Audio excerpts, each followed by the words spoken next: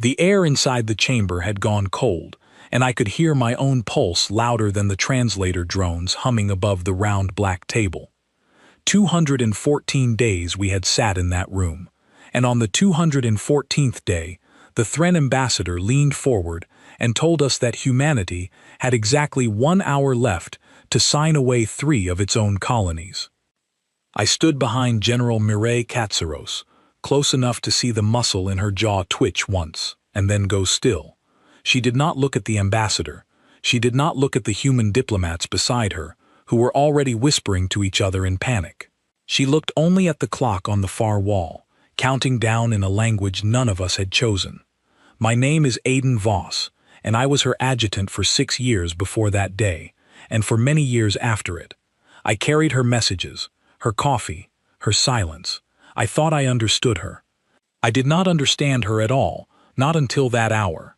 The ambassador's name was Corvath Ale, and he wore the long gray robe of the Thren ruling class, the kind of robe that told everyone in the room he had never once held a weapon or fought a battle, because in his world, robes like that were earned through patience, not blood. He smiled the way his people smiled, with only the lower half of his face, because their eyes did not move the same way ours did. 3 colonies, he said again, as if we had not heard him the first time. Or correction, your species has proven, over these many months, that it does not yet understand the weight of galactic law. We are simply here to teach you. Beside me, Ambassador Oliver Finch, the lead human diplomat, opened his mouth to answer, probably to beg for 1 more week of talks, 1 more delay, 1 more chance to save face, while losing everything that mattered. He had done this for 214 days. I had watched him grow smaller every single time. General Katsaros raised 1 hand, and Finch closed his mouth without a single word passing between them. She stood. The chair behind her scraped against the floor, and the sound cut through the chamber like a blade. Every alien delegate at that table turned toward her, because until that moment, she had not spoken once in the entire negotiation. She had been brought in as a security consultant, nothing more, a decorated soldier kept in the corner of a diplomatic circus, because the civilian leadership back home was terrified of what she might say if given the chance. She was giving herself the chance now. "No more talks," she said. Her voice was not loud, it did not shake. It carried the same weight as a person reading a grocery list, and that was somehow more frightening than shouting would have been. Let the war commence. For a moment, nobody in that chamber moved. I watched Corvath Ale's lower lip twitch, the closest his people came to genuine surprise, and I watched the other Thren delegates exchange looks that I could not read but somehow understood anyway. They had expected fear, they had expected pleading, they had built 214 days of pressure, specifically to break the will of a species they believed was still learning how to survive among the stars. They had not expected this. "General," Finch hissed beside her, grabbing at her sleeve, "you cannot possibly." "Sit down, Ambassador," she said, without turning her head. He sat down. Corvath Ale recovered his composure first, folding his long fingers together on the table in front of him. "You understand," he said slowly, "that the Ascendancy fleet stationed beyond this station outnumbers your entire military presence in this sector by a factor of 6. You understand that your colonies have no meaningful defense. You understand that this declaration, spoken in anger, will be the last mistake your species ever makes." "I understand all of that," Katsaros said. "I have understood it for 214 days, Ambassador. Every number, every ship, every gap in our defenses. I sat in this chamber and listened to you describe our weaknesses back to us, as though we did not already know them ourselves." She finally looked at him directly. "What you do not understand," she continued, "is what we have been doing while you talked." I felt something cold settle into my stomach then, because I had spent those same 214 days beside her, carrying reports back and forth between this station and command, and I had assumed, like everyone else, that we were simply losing time. I had assumed we were the ones being outmaneuvered. I was wrong, and I was about to learn exactly how wrong. A soft chime sounded from the small device on Katsaros's wrist, so quiet that only those closest to her could hear it. She glanced down at it for less than a second, then back up at the ambassador. 3 hours ago, she said, before I walked into this room today, I authorized a full operational order to every human fleet element in this sector. The chamber went utterly silent. Even the translator drone seemed to pause. You gave this order, Corvath Ale said slowly, before today's session began, before my final ultimatum was even spoken. Yes. Then you knew what I would demand. I did not need to know the exact words, Katsaros said. I only needed to know that your patience, like mine, had a limit, and that when it ran out, you would ask for something we could never give you. Everything you have done since the day these talks began, Ambassador, has followed the same pattern. Delay us with words. Fortify your fleet with silence. Wait until we are weak enough, tired enough, afraid enough to sign whatever you put in front of us. She placed both hands flat on the table. I decided 3 months ago that we would not be here for that signature.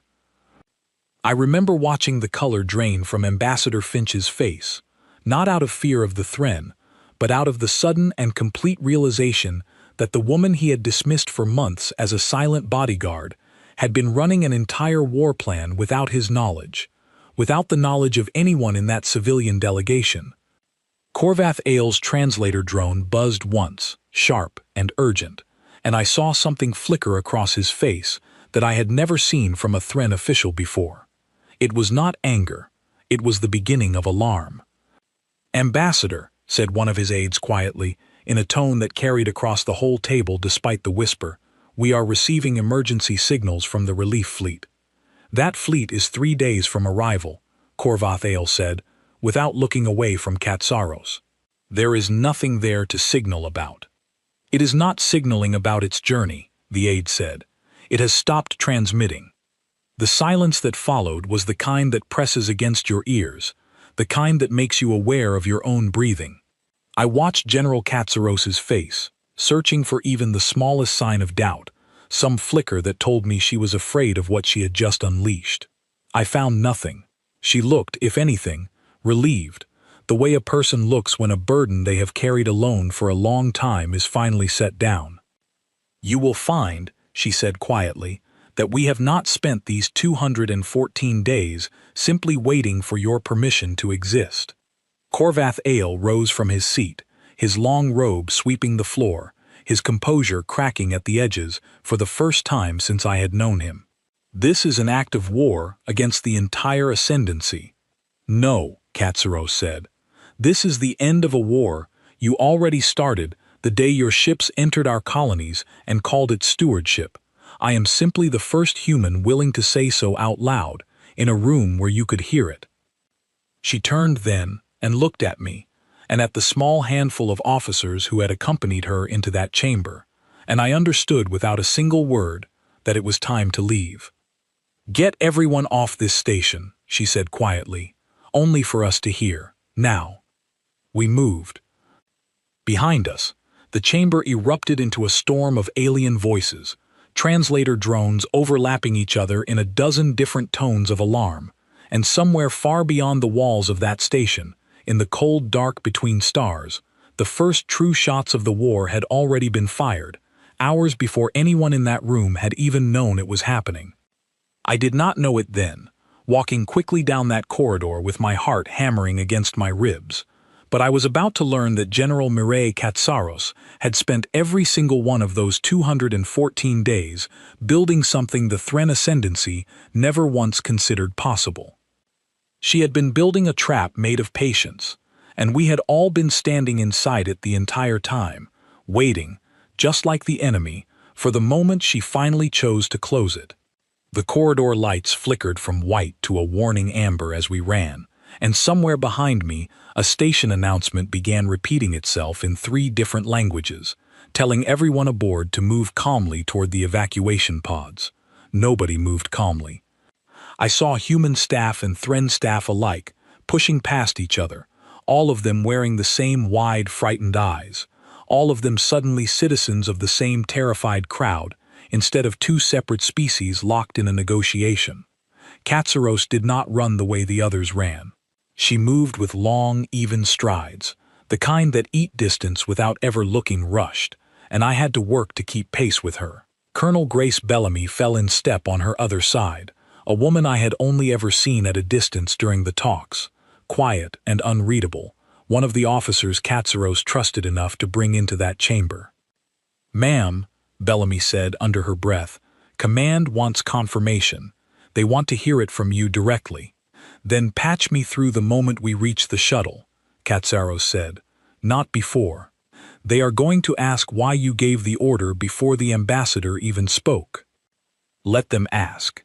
We reached the shuttle bay just as the first tremor rolled through the station, faint but unmistakable, the kind of shake that told me something large and violent had happened close enough to shiver the deck plating beneath our boots.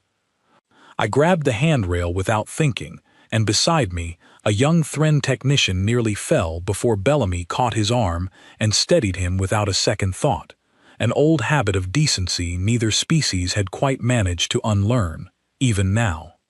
Katsaros stopped at the shuttle door and looked back, just once, toward the corridor we had come from, toward the chamber where Korvath Ale and his aides were still shouting orders into comm units that were no longer receiving clear answers from anywhere in the sector. "Ma'am," I said, my voice tighter than I meant it to be, "what exactly did you order 3 hours ago?" She looked at me the way a teacher looks at a student who has finally asked the right question. "I ordered every fleet element hidden in this sector to stop hiding," she said. "That is all.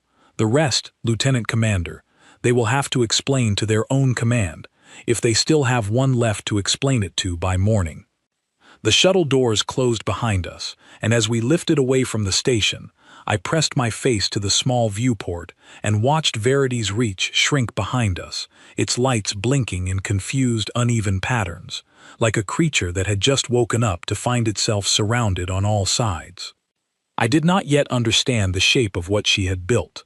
I only understood, watching that station fall away into the dark, that the war we had all been dreading for 214 days had already begun without most of us noticing, and that the woman sitting quietly beside me had planned every hour of it alone.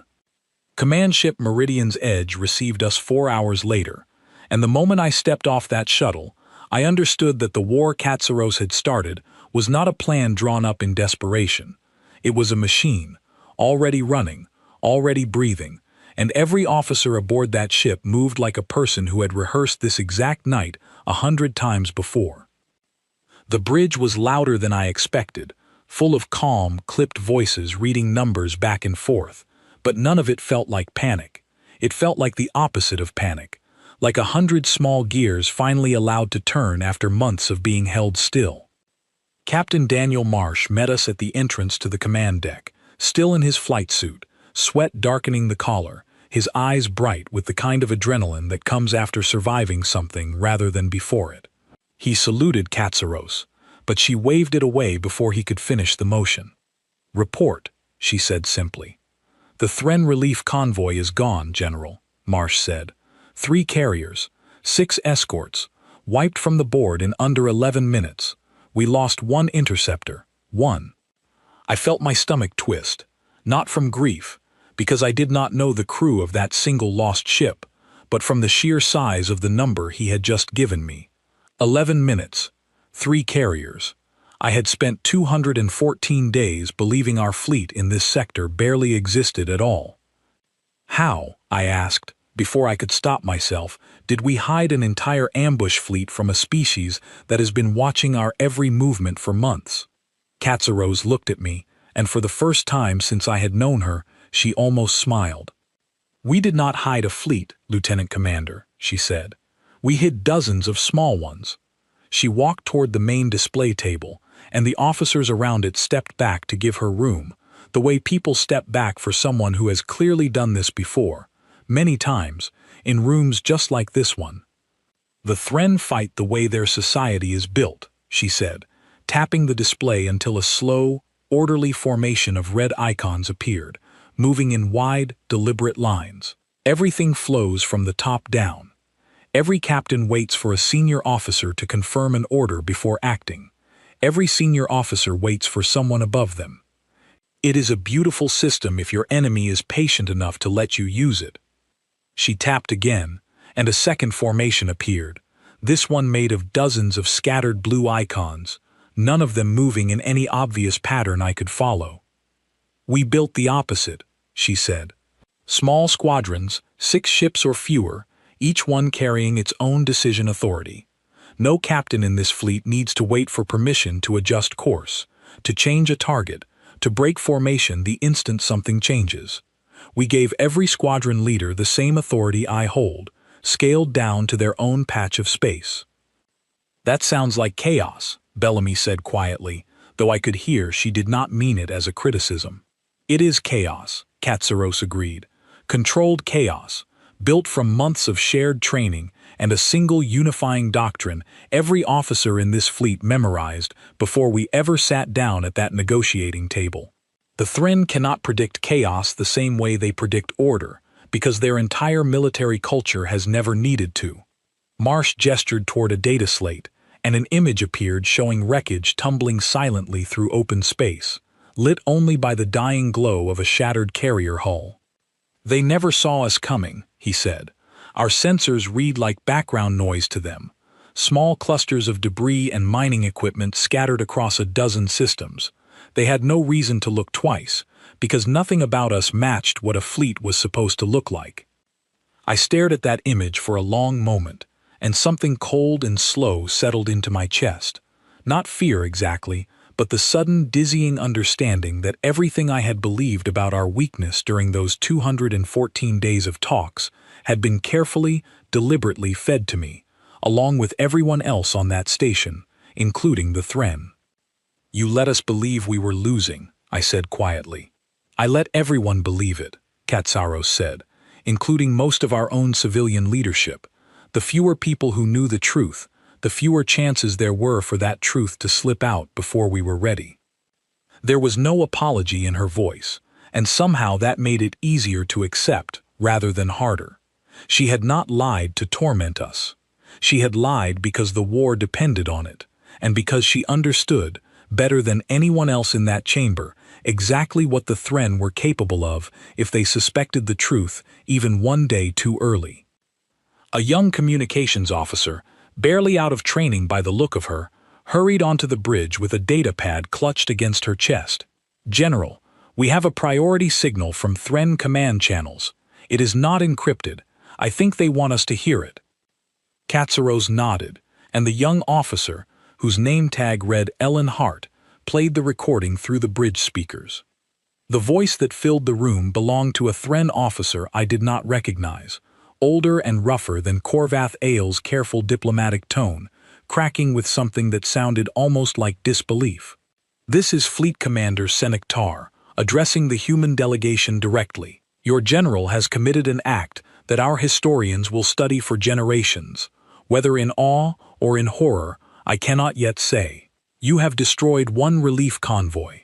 You have not destroyed our will, nor our numbers, nor our patience.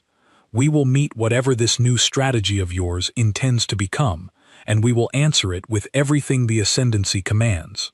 The recording ended, and silence spread across the bridge, broken only by the soft hum of the ship's systems.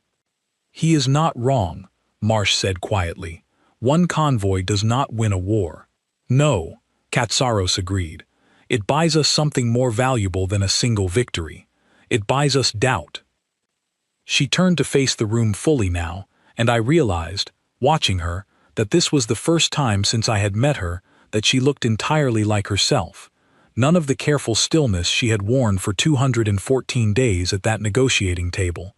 None of the practiced patience. This was a woman standing in the exact shape of her own plan, finally free to move within it. "The Thren have fought slow wars for centuries," she said. "Wars of formal declarations, staged battles, careful withdrawals, designed to preserve honor on both sides even in defeat. They expect us to follow the same rhythm, because every other species they have ever fought did exactly that, eventually, once the fear set in." She looked around the bridge, meeting the eyes of every officer present, one at a time. "We are not going to give them that rhythm," she said. "We are going to hit them faster than their command structure can respond, in more places than they can defend at once, until the very idea of a slow, honorable war becomes something they cannot afford to fight anymore." "And if they escalate?" Bellamy asked. "If they bring their main battle fleet instead of relief convoys? Then we will already be gone from wherever they expect us," Katsaros said. "That has always been the plan, Colonel, not to stand and match them ship for ship, to be somewhere else, every single time they try." I found myself staring at the display table, at the scattered blue icons still drifting in their strange, unpredictable pattern, and for the first time since that chamber on Verity's Reach, I felt something other than fear settle into my chest. It was not confidence, not yet. It was closer to the feeling of watching the first few pieces of an enormous puzzle finally click into place, enough to see the outline of the picture forming, even if most of it remained hidden in shadow. "Lieutenant Commander," Katsaros said, and I realized she was looking directly at me now. "You have a question you have been holding back since the shuttle. Ask it." I hesitated only a moment. "How long," I said, "have you actually been planning this? Not the 11 minutes it took to destroy that convoy. The whole thing, all of it." She considered the question for longer than I expected, as if deciding how much of the truth I had earned. "Since the 3rd week of negotiations," she said finally. "The moment I realized Korvath Ale was not there to find peace. He was there to run out the clock while his engineers finished fortifying every colony they had already taken. Once I understood that, the only real question left was how long I could let him believe he was winning, while we quietly stopped losing." Somewhere beyond the hull of Meridian's Edge, in systems I could not see, and battles I had not yet learned the names of, the machine she had built kept turning, squadron by squadron, hour by hour, and I understood, standing there on that bridge, that the war we had all just entered would not look like any war either species had fought before. It would look like patience, finally allowed to strike. The quiet on the bridge did not last. Within the hour, a second signal arrived, this one far less composed than Fleet Commander Senektar's broadcast. A raw distress call from the colony world of Aldergate, one of the 3 worlds the Thren had demanded we sign away only hours earlier. The voice on that recording belonged to a colony administrator named Peter Lang, and I will never forget how steady he sounded, even as the background noise behind him rose and fell with the sound of distant impacts. "This is Aldergate Colonial Authority.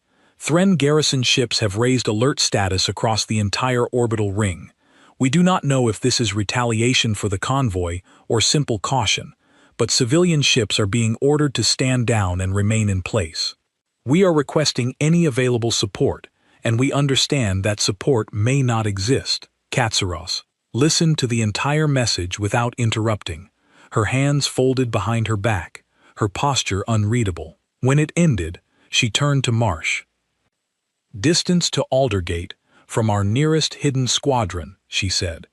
6 hours at best speed, General. Then they have 6 hours to become the fastest 6 hours anyone in this fleet has ever flown."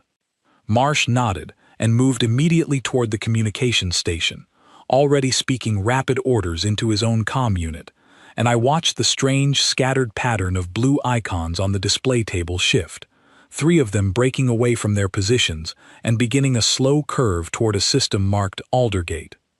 I found myself standing beside Bellamy near the edge of the display, and she must have noticed the tension in my shoulders, because she spoke without looking at me directly. "You are wondering if we can actually protect them," she said. 6 hours is a long time for a colony under threat."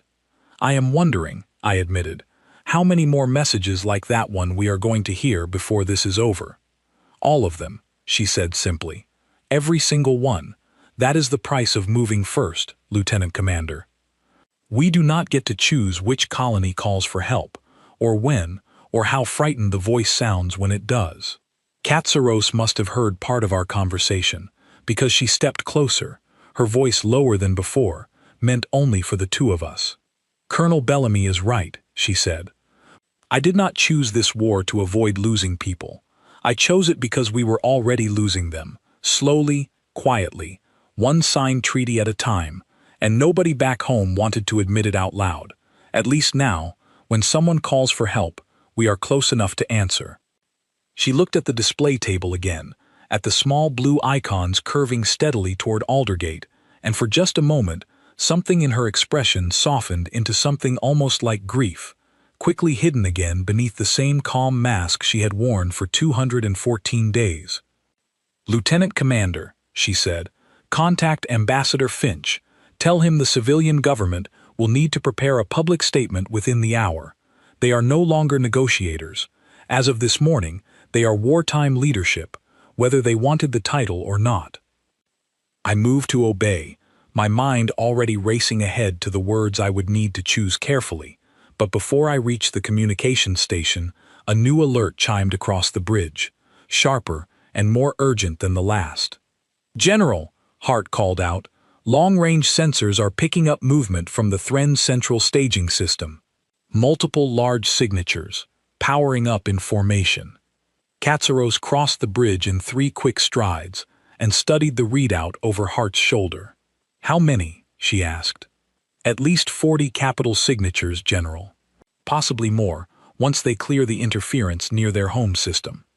The bridge went quiet again, but this silence felt different from the one before, heavier, thicker, the silence of people doing quiet mental math about what 40 capital ships could do to a fleet built from squadrons of 6. "That is the main battle fleet," Marsh said, his voice carefully even. Senuktar was not bluffing. "They are done sending relief convoys."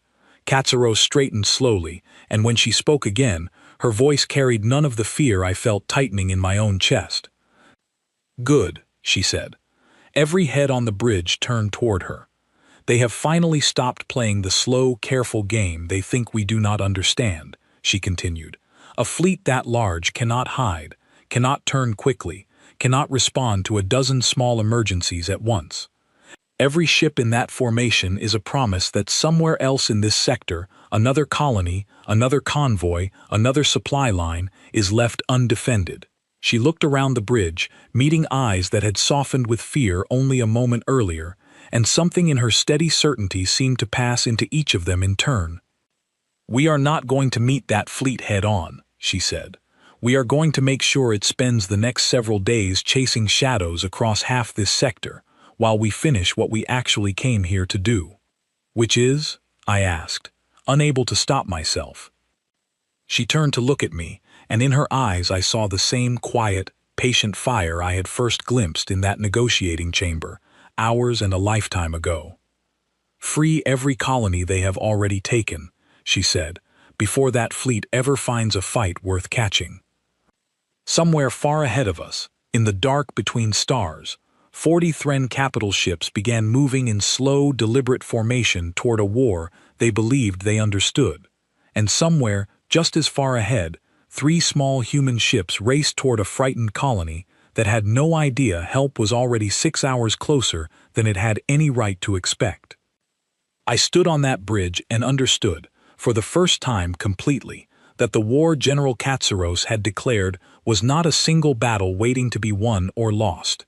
It was 100 small battles, scattered across 100 different skies, and she intended to win every single one of them before the enemy ever realized how many fronts they were truly fighting. The 3 ships bound for Aldergate were called Fenwick, Harlan, and Quiet Storm, small names for small ships, and I would not learn until much later how much weight those 3 names would come to carry in the history of that war. Their squadron leader was a woman named Grace Halden, barely 30 years old, who had spent the 214 days of negotiation training pilots in a hidden shipyard none of us on Meridian's Edge had ever been told existed.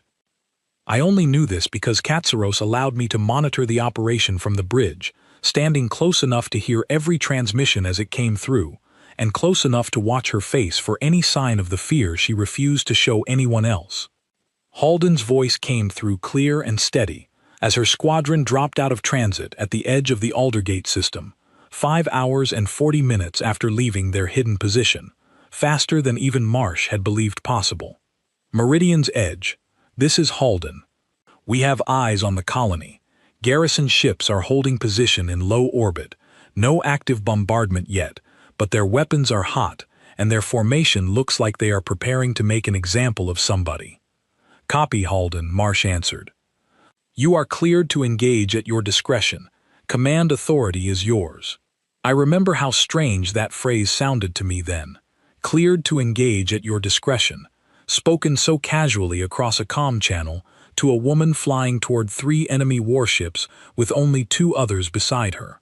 It was the first time I truly understood what Katsaros had meant on that bridge, when she described a fleet built from squadrons who never needed to wait for permission. Copy that, Halden said, and I could hear the small, tight smile in her voice. Fenwick, Harlan, on me. Let's remind these people why nobody in the Ascendancy has bothered to properly map this sector in the last decade. What happened next, I only pieced together afterward from sensor logs and Halden's own account, because the actual events unfolded faster than any voice could describe them in real time. The 3 human ships did not approach the Thren garrison in a straight line, the way an honorable, orderly fleet might. They split apart the moment they entered engagement range, scattering in 3 different directions, forcing the garrison commander to choose which threat to prioritize first. The Thren garrison, trained for generations in a doctrine of measured, coordinated response, hesitated exactly long enough for Halden's own ship, Quiet Storm, to close distance on the nearest cruiser and unleash a weapon that had never existed before those 214 days of talks began. It was called a fracture charge, and it had begun its life as a defensive shield technology, offered to human engineers years earlier by the very same Ascendancy diplomats who believed they were extending a harmless gesture of goodwill. Human scientists, working quietly in that hidden shipyard, had spent months tearing that technology apart and rebuilding it into something its original creators had never intended, a weapon that did not simply damage a ship's hull, but disrupted the delicate field generators the Thren relied on to keep their own weapons stable. The cruiser Halden struck did not explode. It simply stopped working, its weapons falling silent, its shields flickering out one by one, helpless and adrift in orbit above a colony it had come to threaten. One down, Halden reported, her voice tight with focus rather than triumph. Fenwick, status. Harassing the second cruiser, drawing its fire away from the colony, came the reply. It is not happy about it. Keep it that way. Harlan, you are clear to hit the 3rd ship's engines. We want them stuck here, not running back to report what they just saw. I watched the display table as 3 small blue icons darted around 2 much larger red ones, weaving in patterns that made no obvious sense to me, patterns that must have made even less sense to a garrison commander trained to expect slow, deliberate maneuvers from any opponent he faced. Down on the surface of Aldergate itself, Administrator Peter Lang later told a very different version of that same battle, one I only heard weeks afterward, sitting across from him in a small colonial office that still smelled faintly of smoke. We thought it was over, he told me. We thought those 3 ships in the sky were the last help we would ever see, and that maybe if we were lucky, they would buy us enough time to evacuate the children before the garrison decided to make an example of the rest of us. He described watching the battle from the colony's rooftop observation deck, the sky lighting up with flashes that made no sound this far below, the strange, silent violence of orbital combat playing out like a slow storm rolling across the clouds. And then the second cruiser just stopped moving, he said. Its weapons went dark. We did not understand what had happened, not until the garrison commander himself broadcast a surrender request to what he believed was an entire human fleet hiding somewhere just beyond his sensors. It was, in truth, only 3 ships and a weapon their own species had unknowingly given us the tools to build, but Grace Halden had no interest in correcting that particular misunderstanding. This is Quiet Storm, responding to your surrender request, she said over an open channel, one that I later learned was deliberately left unencrypted so that every Thren ship still listening in that system would hear every word. Lower your remaining weapons, release orbital control of this colony, and you will be permitted to withdraw with your surviving crew intact." There was a long pause before the garrison commander answered, his voice thin and strained through the translator, and when he finally spoke, I understood why Katsaros had chosen patience over pride during those 214 days at the negotiating table. "How many ships do you command?" he asked. Halden did not answer that question directly. "Enough," she said simply. "Lower your weapons." The garrison surrendered within the hour, and Aldergate became the first colony freed since the war began, less than 12 hours after General Katsaros had risen from her chair and spoken the words that started it all. Back on Meridian's edge, the bridge erupted into something I had not expected to hear that day, a sound closer to disbelief than celebration, a room full of officers who had trained for months toward a single outcome finally seeing it proven true in front of them. Katsaros did not celebrate. She stood quietly at the display table, watching the small blue icon representing Quiet Storm hold position above Aldergate, and when Marsh turned to her with a wide, exhausted grin, she only nodded once, slowly, as though confirming something to herself, rather than accepting congratulations from him. "1 colony," she said, "2 remain, and 40 capital ships are still somewhere out there deciding where to aim their anger."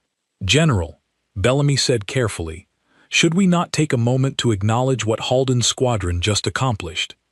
"We will," Katsaros said. "After the war ends, Colonel, every single one of them will receive every acknowledgement they have earned. Today, they simply have less time than they think, because Fleet Commander Senuktar now knows exactly what kind of weapon defeated his garrison, and he will not make the same mistake twice." She was right, of course, though none of us fully understood how right, until 3 days later, when word reached us of new orders spreading through the Thren main fleet, orders instructing every remaining garrison and every capital ship in the sector to abandon the old, patient doctrine entirely and adopt something far more dangerous, something far closer to the chaos Katsaros herself had built her entire strategy around. The enemy, it seemed, was finally beginning to learn. But learning takes time, even for a species built on discipline and order, and Katsaros intended to use every single hour that learning cost them, driving her scattered fleet deeper into Thren-controlled space, freeing one small pocket of resistance after another, always moving, always somewhere the enemy had not yet learned to expect her. I remember standing on that bridge, watching reports arrive from 3 more colonies over the following 2 days, each one smaller than Aldergate, each one just as desperate, each one answered just in time by a handful of ships that had spent 214 days hiding in plain sight, while an entire civilization believed humanity had nothing left to offer but slow, humiliating surrender. It was during those 2 days that I finally understood the true shape of what General Katsaros had built. It was not simply a fleet, it was a promise, quietly kept in the dark for months, finally being delivered one frightened colony at a time, faster than the Ascendancy's ancient, careful war machine could ever hope to keep pace with. And somewhere beyond the edge of every battle we won, 40 capital ships continued their slow, deliberate hunt across the stars, searching for an enemy that refused, again and again, to be found in the place they expected. The first sign that the enemy had truly changed came 4 days after Aldergate, in a system called Corin's Hollow, where a squadron led by a quiet, careful pilot named Nathan Ware nearly did not come home at all. I heard the story from Ware himself, weeks later, sitting in the mess hall of Meridian's Edge, with his hands wrapped around a cup of coffee that had long since gone cold, telling it the way people tell stories they are still trying to fully believe themselves. "We expected the same pattern," he said. "Garrison ships holding orbit, slow to react, easy to split apart and pick off one at a time. That is what worked at Aldergate. That is what worked twice more after that." His squadron, 3 ships strong, dropped into the Corin's Hollow system exactly the way Halden's had, scattering in different directions to force the garrison to choose a target. But this time, the Thren ships did not hesitate. They did not wait for a senior officer's confirmation. 2 of the 3 garrison vessels broke formation instantly, matching the human ship's movements almost perfectly, as though someone in the ascendancy had finally studied every recording of Aldergate closely enough to build a response. They were learning our own trick, Ware said, splitting apart to cover more ground, refusing to commit to a single target. For about 6 minutes, I genuinely believed we had made a mistake coming there at all. His ship took damage across its forward shields, damage that would have been fatal only a week earlier, before human engineers had time to reinforce the very same fracture charge technology that had won the day at Aldergate. It was Ware's co-pilot, a young officer named Lily Ashcombe, who noticed the pattern breaking down at the last possible moment, the third garrison ship falling half a second behind the other two in every maneuver. That half second was all we needed, Ware said. They had learned to imitate chaos, but they had not yet learned to trust it completely. That third ship kept waiting, just for a heartbeat, to see what the other two would do first. We hit it before it ever caught up. The battle at Corin's Hollow ended in another human victory, but it left something behind that Aldergate had not, a quiet, uneasy understanding that spread through every squadron in the sector within hours. The Thren were not a slow, rigid enemy anymore. They were adapting, faster than anyone had expected, and every advantage humanity had built during 214 days of careful, hidden preparation would only last as long as the element of surprise survived contact with an enemy determined to learn. Katsaros received Ware's full report on the bridge of Meridian's edge with the same stillness she brought to every piece of news, good or bad, but I noticed her fingers tighten slightly against the edge of the display table as she read through the details. "They are compressing their command structure," she said finally, more to herself than to anyone else in the room, reducing the number of officers who need to approve a maneuver before it happens. It will make them faster.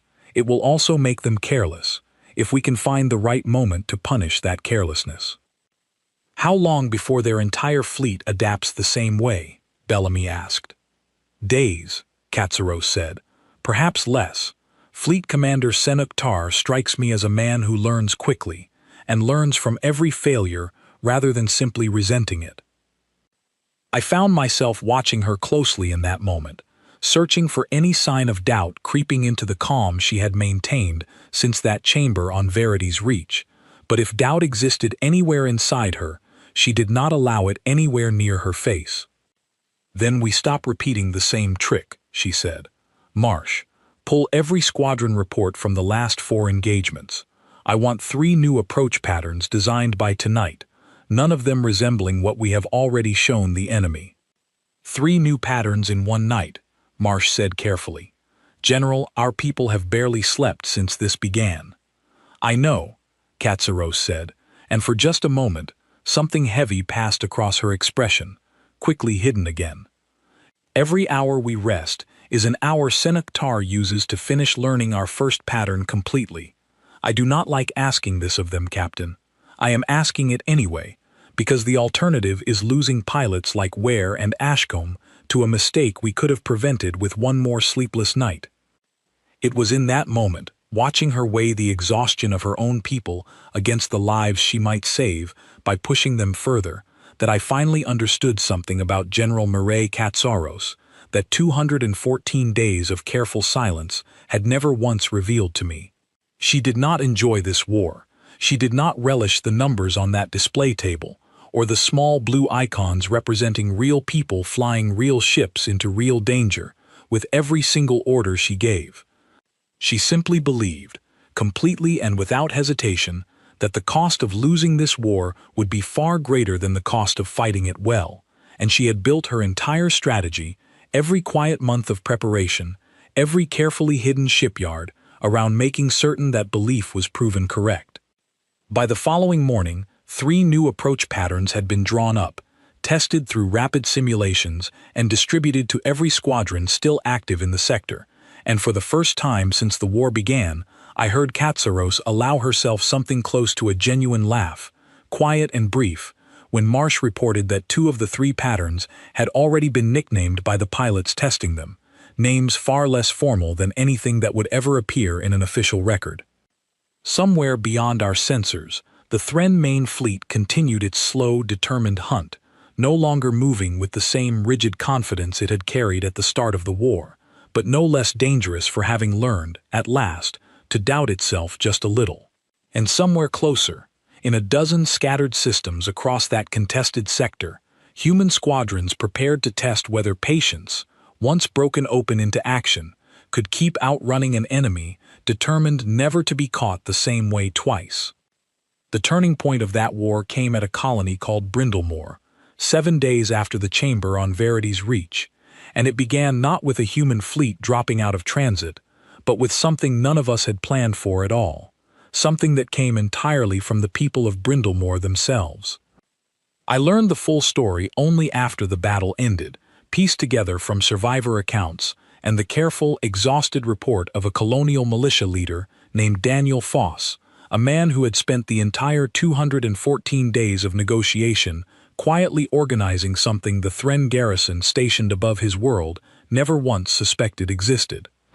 "We knew the talks were failing," Foss told me, standing in the wreckage of what had once been a garrison checkpoint, his hands still faintly trembling with the last of an adrenaline that had not yet finished leaving his body. "Word travels slowly out here, but it travels. We heard rumors, months ago, that somewhere further out in the sector, ships were training in secret. We decided that if help was ever coming, we did not want to simply wait for it to arrive." Foss had spent those 214 days building a militia from farmers, engineers, and shopkeepers, training them in secret with whatever old equipment the colony had managed to hide from its Thren overseers during the annexation, equipment that had been quietly declared decommissioned years earlier and never actually destroyed. When news reached Brindlemore that a relief convoy had been destroyed and that a colony called Aldergate had been freed within a single day, Foss made a decision that very nearly cost him everything. "We could not wait for a signal," he said. "We did not know if help was coming to Brindlemore at all, or if it would arrive in time even if it did. So we decided to make sure that whenever it arrived, it would find a garrison already too busy fighting to properly defend itself." The uprising began 3 hours before General Katsaros herself, leading a strike squadron aboard a heavy cruiser named Constant Vigil, dropped out of transit at the edge of the Brindlemore system. Foss's militia struck the garrison's ground command post first, using old maintenance tunnels the Thren had never bothered to fully map, disabling communication relays and pulling attention away from the orbital defenses just long enough to matter. I was aboard Constant Vigil that day, standing behind Katsaros on the bridge as she had once stood behind no one, watching the tactical display fill with confused, scattered readings from the surface below. "General," Marsh said, his voice tight with focus, "ground forces report heavy resistance activity already underway. It looks like a coordinated uprising, not just isolated sabotage." Katsaros studied the display for only a moment before her decision formed, quick and certain. "Then we are not the ones starting this fight," she said. "We are simply the ones finishing it. Bring us in fast, full engagement authorization, the moment we clear transit turbulence." I had never seen her personally lead a strike before that day. In every battle since the war began, she had directed operations from Meridian's edge, trusting squadron leaders like Halden and Ware to carry out the fighting while she managed the larger shape of the war from a careful distance. Brindlemore was different, and I understood why the moment Constant Vigil dropped into that system and I saw, for the first time with my own eyes rather than through a report, the sheer scale of what the Thren had built above that single colony. 12 garrison ships held orbit, more than double what any other colony in the sector had defended, a clear sign that the ascendancy had begun consolidating its remaining strength into fewer, better protected positions as colony after colony slipped free of its control. 12 ships, Bellamy said quietly, standing close beside me. "That is more than we have ever faced in a single engagement." "Then it is a good thing," Katsaros said, already moving toward the tactical station, "that we are not facing them alone today." She was right. Even as Constant Vigil began its approach, 5 more squadrons dropped out of transit around the system's edges, ships that had spent the last 3 days quietly gathering in hidden pockets of space, specifically for this moment, drawn together not by coincidence, but by careful planning that Katsaros had kept, even from most of her own senior officers, until the final hours before the strike. What followed was unlike anything I had witnessed in the war so far, not the quick scattered skirmishes of Aldergate or Corin's Hollow, but something closer to a true battle, human ships and Thren garrison vessels locked together in a chaotic, overlapping engagement that filled the sky above Brindlemoor with light and wreckage in equal measure. Katsaros herself took direct command of 2 squadrons, guiding constant vigil through the thickest part of the fighting with a calm precision that made me forget, for long stretches of time, to be afraid. She did not fight the way Fleet Commander Senuktar's officers expected a senior human commander to fight, cautious and protected at the rear of the formation. She placed her own ship at the center of the fiercest exchange, using its presence to draw enemy fire away from smaller, more vulnerable vessels struggling on the edges of the battle. "General," I said at one point, gripping the edge of my console as the ship shuddered under a glancing hit, "this is not the kind of risk your own doctrine tells squadron leaders to take." "No," she agreed, without looking away from the display. "It is exactly the kind of risk it tells them not to take, unless the moment absolutely demands it. This moment absolutely demands it, Lieutenant Commander." Below, on the surface of Brindlemoor, Foss's militia continued its uprising even as the sky above them burned, striking at supply depots and communication towers with a ferocity born of 214 days of quiet, patient preparation finally allowed to matter. When the garrison commander above the colony realized, too late, that his forces were being pressed from both the surface and the stars at once, his careful, ordered formation finally began to break. It broke exactly the way Katsaros had spent months teaching her own fleet to exploit. Within 3 hours, 7 of the 12 garrison ships had been disabled or destroyed, and the remaining 5, cut off from any hope of reinforcement and increasingly uncertain which direction the next attack would come from, broadcast a full surrender to the same open channel Grace Halden had once used above Aldergate. The bridge of constant vigil erupted into something closer to true celebration than anything I had witnessed since the war began, officers embracing each other, exhausted laughter breaking out in small, disbelieving bursts across the room. Katsaros allowed it for a moment, standing quietly at the center of it all, before raising one hand for silence. "Brindlemoor is free," she said simply, "but it did not free itself, because we arrived in time. It freed itself because its own people refused to wait for permission to fight for what belonged to them." She turned to the comm station. "Open a channel to the surface. I want to speak with whoever led that uprising." When Daniel Foss's tired, static-filled voice finally came through, Katsaros did not offer him praise wrapped in careful diplomatic language, the kind Ambassador Finch might have chosen. She spoke to him the way she had spoken to every officer under her command since the day she stood in that chamber and ended 214 days of talks with 11 simple words. "You did not wait for us," she said. "You should not have had to. I am sorry it took this long for help to arrive." There was a long pause before Foss answered, his voice thick with an exhaustion that went far deeper than a single day's fighting. "General," he said, "you arrived exactly when it mattered most. That is more than most of us believed we would ever get."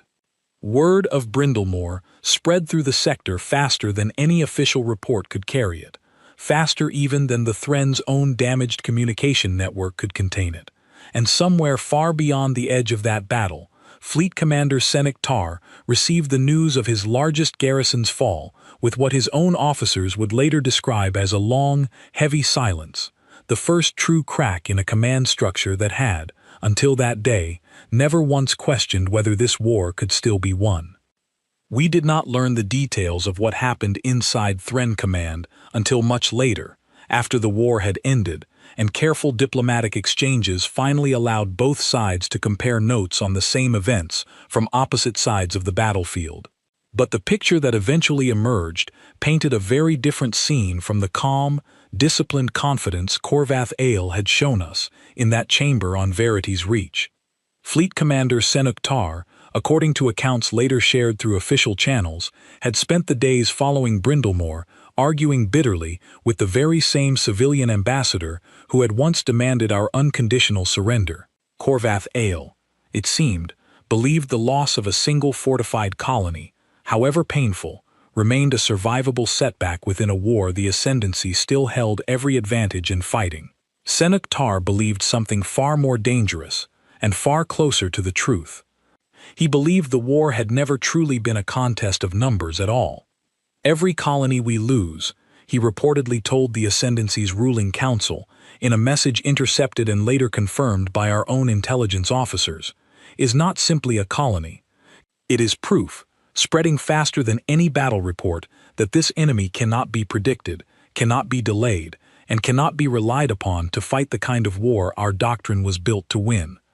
Every hour we spend debating whether to escalate is an hour they spend proving that debate itself is our greatest weakness. The council did not listen to him immediately.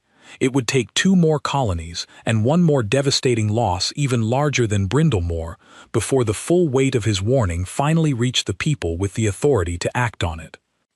Back aboard Constant Vigil, none of us yet knew how close the ascendancy's own command structure had come to fracturing entirely in those days following Brindlemore. We only knew what Katsaros herself repeated to every officer gathered on that bridge in the exhausted, quiet hours after the battle ended.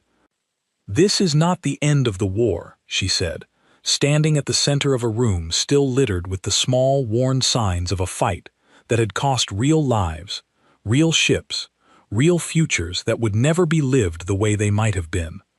"It is proof that the war can still be won if we do not mistake one victory for permission to grow careless."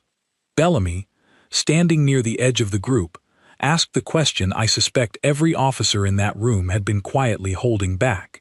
"How many more Brindlemores do you think it will take, General, before the ascendancy decides to end this properly?" Katsaros considered the question with the same careful patience she had once shown across 214 days of a negotiating table, weighing an answer she clearly did not enjoy giving. "I do not know," she admitted, and I remember how strange it felt, hearing uncertainty in her voice for the first time since that chamber on Verity's Reach. "I know that every colony we free makes the next one slightly easier to reach. I know that every hour Senuk-Tar spends arguing with his own council is an hour we spend growing stronger instead of weaker. Beyond that, Colonel, I am learning the shape of this war exactly as all of you are, one battle at a time." It was, I think, the most honest thing I ever heard her say in the entire course of that conflict, and somehow it did more to steady the room than any confident speech could have managed. We had followed her into this war, believing she carried a complete, unshakable plan for every possible outcome, and in that quiet moment, aboard a battered cruiser above a newly freed colony, she finally allowed us to see the truth beneath that careful composure. She did not know exactly how the war would end. She only knew, with absolute certainty, that surrendering to slow, careful patience the way the ascendancy expected would guarantee an ending none of us could survive. That certainty, more than any single battle, was what carried the rest of us forward through the difficult, uncertain days that followed, days when the full weight of what Fleet Commander Senuk-Tar had warned his own council about would finally come to bear on every human ship still fighting in that contested sector of space. The final battle of that war did not happen the way I imagined it would during those long, exhausting weeks that followed Brindlemore. I had pictured something enormous and final, a single decisive clash between our full scattered fleet and the entire remaining strength of the Thren Ascendancy, the kind of battle that ends wars in dramatic, unmistakable fashion. What actually happened was quieter than that, and in its own way, far more remarkable. 3 weeks after Brindlemore, following 2 more freed colonies and 1 costly, painful loss at a system called Halloway's Reach that took the lives of 11 pilots I had come to know by name over those difficult months, a new signal reached Meridian's edge, carried not through military channels but through the same diplomatic network that had once hosted 214 days of empty, one-sided talks. The signal came from Fleet Commander Senuk-Tar himself. "This is Fleet Commander Senuktar, addressing General Mirail Katsaros directly," the message began, and I remember how strange it felt, hearing that formal alien voice speak her name with something that sounded almost like respect. "I have petitioned my own council for authority to request a new round of discussions, not as a continuation of the talks your general ended on Verity's Reach, but as something the ascendancy has not extended to another species in longer than any of us care to admit. I am requesting these talks as one commander addressing another whose strength I have come to understand far too late." Katsaros listened to the entire message twice before responding to anyone on the bridge, and when she finally spoke, her voice carried a weight I had not heard from her since that first quiet declaration in the negotiating chamber, weeks and an entire war ago. "Marsh," she said, "confirm our fleet positions across every freed colony before we answer this. I will not walk into a room believing we hold the advantage, only to discover afterward that we gave it away by trusting a request for peace too quickly." It took 2 full days to confirm what our own intelligence had already begun to suggest, that the Thren main battle fleet, worn down by weeks of chasing an enemy who refused ever to be caught in the place they expected, had suffered losses far beyond what their council had been willing to admit publicly, and that Senuktar's request for new talks came not from a position of strength being generously offered, but from genuine, uncertain necessity. When Katsaros finally agreed to return to Verity's Reach, she brought me with her, along with Bellamy, Marsh, and a much smaller delegation than the one that had sat through those original 214 days, a delegation built entirely of people who had actually fought the war, rather than simply talked around its edges. The chamber looked exactly the same as I remembered it, the same round black table, the same humming translator drones, but the atmosphere inside it had changed completely. Korvath Ale was not present this time. In his place sat Fleet Commander Senuktar himself, wearing simple military dress rather than the long ceremonial robes of the diplomatic class, a small detail that told me more about how much had shifted within the ascendancy than any formal statement could have managed. "General Katsaros," he said, rising as she entered, an old gesture of respect I had not once seen offered to a human during the original talks. "Thank you for agreeing to this meeting. Thank you for finally requesting it honestly," she replied, taking her seat without ceremony. What followed was nothing like the 214 days that had come before it. There was no slow, careful stalling, no repeated demands wrapped in polite, humiliating language. Senuktar spoke plainly, acknowledging losses on both sides, proposing terms that returned full sovereignty to every colony the ascendancy had annexed, and requesting, in exchange, only a formal recognition of shared borders and an agreement to establish proper diplomatic relations between two species who had clearly, finally, earned the right to negotiate as equals. "I misjudged your people," he admitted at one point, and I watched Katsaros listen without a trace of triumph on her face. Only quiet, patient attention. "I believed your willingness to negotiate for so long was evidence of weakness. I understand now that it was evidence of something else entirely, a patience I mistook for fear, held by people who were simply waiting to be certain before they acted." "You were not wrong that we waited," Katsaros said. "You were wrong about why." The formal agreement was signed within 4 days, far faster than anyone who remembered the original 214 days of talks could quite believe possible, and when the ceremony ended, Katsaros walked out of that chamber, for what would be the final time in her long career, into a corridor that felt, for the first time since I had known her, genuinely quiet rather than tense. In the weeks that followed the signing, I traveled with Katsaros to each of the freed colonies in turn, a slow, quiet tour that carried none of the ceremony official visits usually demanded. We stood again on Aldergate, where Peter Lang showed us the rooftop from which he had watched Grace Halden's small squadron turn certain defeat into the first true victory of the war. We walked through the rebuilt checkpoints of Brindlemore, where Daniel Foss introduced us to a dozen militia members who had traded farming tools for old, decommissioned weapons and somehow survived long enough to see their colony freed.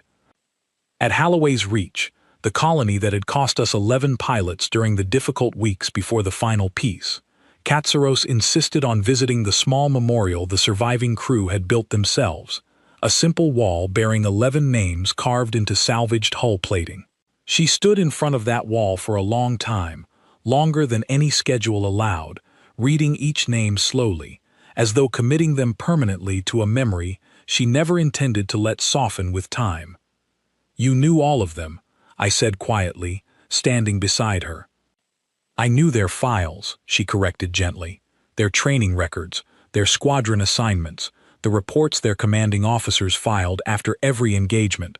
I did not know them the way their families knew them, or the way their fellow pilots knew them. That is a debt I can never fully repay, Lieutenant Commander, no matter how many colonies we freed afterward." It was one of the few times during that entire tour that I saw something close to grief cross her face openly, unguarded by the calm composure she had worn through every negotiation and every battle alike. She did not linger in that grief, not because she did not feel it deeply, but because she believed, I think, that the dead deserved a commander who kept moving forward on their behalf, rather than one who remained frozen in mourning. Grace Halden met us during that same tour, no longer flying Quiet Storm but overseeing the training of new pilots at a rebuilt facility near Aldergate, teaching the same scattered, unpredictable doctrine that had freed her colony in the first place. She greeted Katsaros with the easy familiarity of someone who had earned the right to speak plainly to a general most people still approached with careful formality. "You look tired," Halden told her, without any preamble at all. "I am tired," Katsaros admitted, which surprised me more than almost anything else I witnessed during that tour. "War asks a great deal from the people who plan it, Lieutenant. It simply asks that debt be paid quietly, long after the fighting has ended." We visited Corin's Hollow as well, where Nathan Ware still flew, though now as a training officer rather than a frontline pilot, his co-pilot Lily Ashcombe having taken command of her own squadron in the years since the battle that nearly cost them everything. Ware showed us the exact stretch of open space where his ship had absorbed damage that would have been fatal only weeks earlier, and he spoke of that half-second of hesitation from the 3rd Garrison ship with the careful precision of a man who had replayed the memory countless times since. "I still think about that half-second," he told Katsaros, "how close we came to a very different outcome, simply because one enemy pilot trusted his training a moment longer than his instincts." "That is the nature of every battle in every war ever fought," Katsaros said. "The line between victory and loss is rarely as wide as the history books make it seem afterward. It is usually closer to the width of a single hesitation on either side." Ashcombe, standing quietly beside her old commanding officer, asked a question that I suspect had been building in her for a long time, waiting for the right moment to finally be spoken aloud. "General, do you ever regret how close it came, at Corin's Hollow or at Holloway's Reach? Do you ever wonder whether a different plan might have cost fewer lives along the way?" Katsaros did not answer quickly, and I understood, watching her consider the question with real weight rather than practiced ease, that she had asked herself the same thing many times over the years since the war ended. "Every night, for a long while," she admitted finally, "I have come to accept, Lieutenant, that any plan bold enough to end a war quickly will always carry risks that a slower, more cautious plan might have avoided, and that a slower plan carries its own quiet cost, paid by every colony still waiting for help that never comes fast enough. I chose the plan I believed gave us the best chance of winning while losing the fewest people possible. I do not know, even now, whether that was the correct choice in every single detail. I know it was the honest one, built from everything I understood at the time, and I have made my peace with that being the most any commander can ever truly promise." Years passed after that tour, years in which the fragile peace between humanity and the Thren ascendancy slowly hardened into something sturdier, tested by disagreements and border disputes, but never once threatening to collapse back into open war.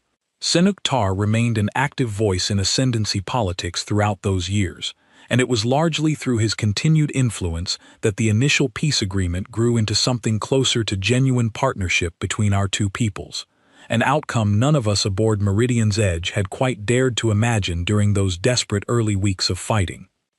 I did not fully understand what that war had cost General Katsaros herself, not the numbers of ships lost or colonies freed, but the personal weight she had carried alone through every quiet month of preparation, until many years later, standing in a modest retirement ceremony, held not in some grand hall but in a small officer's mess aboard a ship she had once commanded.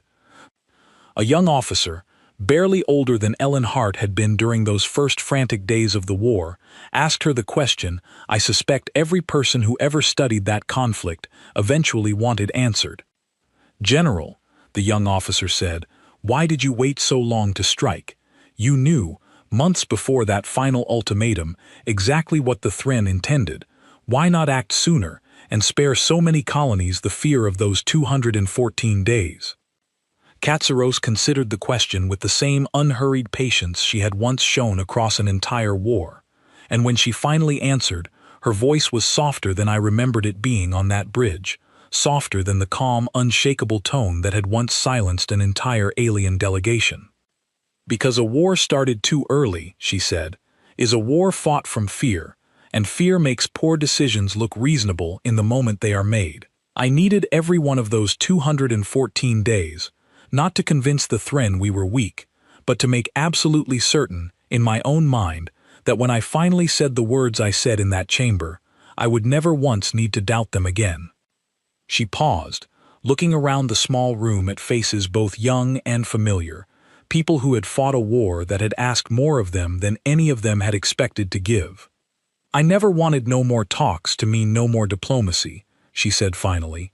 "I wanted it to mean no more pretending that diplomacy existed, while one side quietly prepared for war and called it patience, and the other side quietly accepted humiliation and called it peace. Real talks, the kind that actually end a war rather than delay one, only happen between equals. My people had to earn that seat at the table the hard way, and I am not sorry for the cost, only grateful it was not higher." I stood near the back of that small room, older now myself, carrying my own quiet collection of memories from a war that had shaped nearly everything about who I had become, and I understood, listening to her speak those final words, that the story people would tell about that day on Verity's Reach would likely simplify itself over time, the way every story eventually does. They would remember the boldness of her declaration, the shock of an alien delegation realizing too late what they had underestimated, the satisfying shape of an underdog species proving itself stronger than anyone expected. They would remember less easily the 214 days of quiet, deliberate patience that made that single moment possible, the careful, unglamorous work of building a fleet from nothing while pretending, convincingly enough to fool an entire ruling council, that nothing was being built at all. But I remembered it, standing there in that small, quiet room, watching a woman who had never once sought glory for herself finally set down the weight she had carried alone for so long. Humanity had not won that war because it was the strongest species in that chamber on Verity's Reach. It had won because General Mireille Katsaros understood something the Thren ascendancy, for all its careful history and rigid discipline, had never quite learned to fear properly. She understood that being underestimated was not a weakness to endure. It was a weapon, quietly sharpened across 214 patient days, waiting only for the single moment it was finally needed. And on that day, in that chamber, she made absolutely certain no one ever made the mistake of underestimating us again.